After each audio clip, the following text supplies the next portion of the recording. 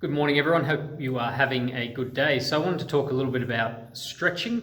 So a lot of people ask, what stretches should they be doing? Should they be stretching? So the reality is with stretching is that it's a very overplayed thing in the fitness world. A lot of people think stretching can do a whole lot more than it can actually do for you.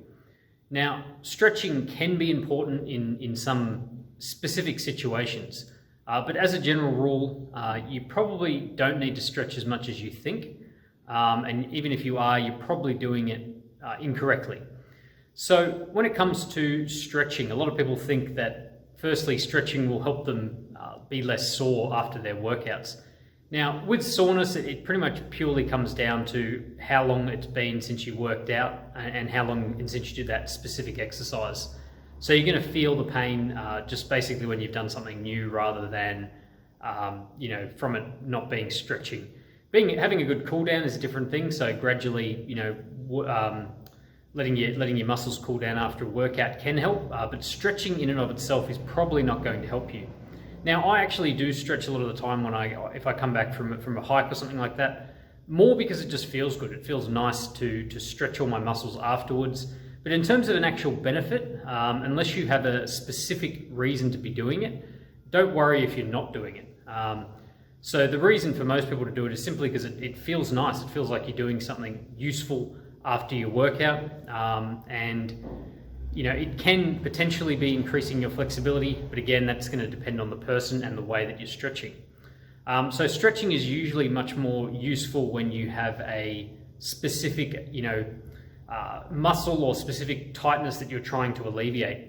And in those cases, you need to be stretching a lot longer than most people do. So most people, when they stretch, they might stretch for 30 seconds or 60 seconds, when you really need to be stretching for quite a few minutes. You need to get into a nice deep stretch and stay in that position for, 3 to 5 minutes if you really want to get the absolute most out of that stretching.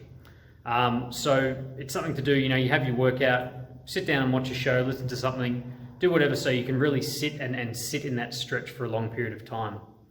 So I was going to take you through just a few quick stretches that I personally like to do after a workout. And again, if you're not doing them, don't worry. The most beneficial thing you can do is gradually warming up. So like the warm-up sets that we do, gradually working up when you're doing your training. So, even going for a 5-minute walk, doing some light weights first before you get into the heavy sets, those sorts of things are going to go a lot further than stretching. And if you do stretch, make sure that you're stretching after your workout, not before your workout. So there's quite a bit of evidence out there about stretching actually reducing the performance that you get during your workout. So with the stretches, there's a few ones that I like to do just for my legs when I've done, a hike or a cycle or something like that. So I'll go through and take you through a couple of them. So the first one we're going to do is just a hamstring stretch. So leg straight out, this leg in, and then just reaching down for your ankle. So holding and then pulling it forward and really sitting into that position.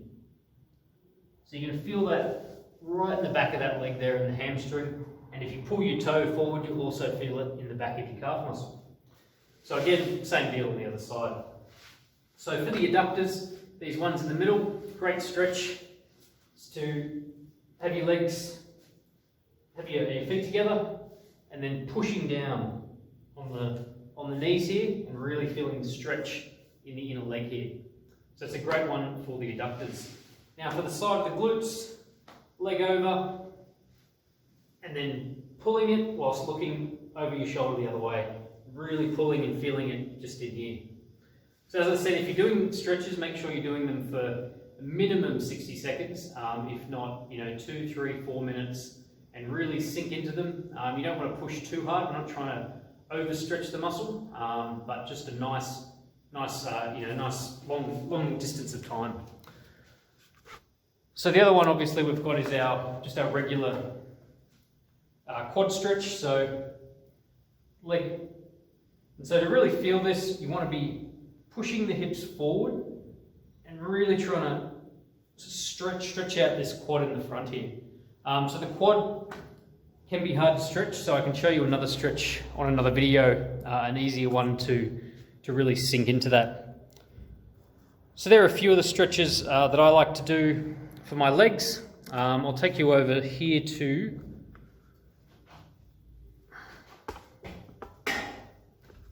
one of the best stretches you can do for your back. So a lot of the time, if you've done some upper body work, you'll feel quite tight through here. So if you've got something to hold on to like this, basically you want to pull, holding your body against it, and you should feel really good stretch in the lats here. So leaning over and then pulling through here. And again, same deal on the other side. So that one's great for the lats. So another one for wrist, bicep, forearm. We'll pretend this is a wall, so nice flat wall. So upside down, and then pulling your neck the other way, and you should feel that all the way up through the arm.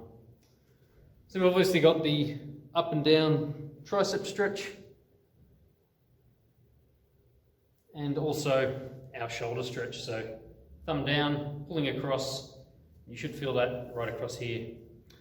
So there's obviously more stretches that you could be doing. They're just some good ones that I like to do afterwards, and again, not necessary, but a lot of people like to do them. So if you have any other questions about stretching, what you should be doing, when you should be doing it, what sort of stretches you should be doing, just let me know and I can make a little video for you about it.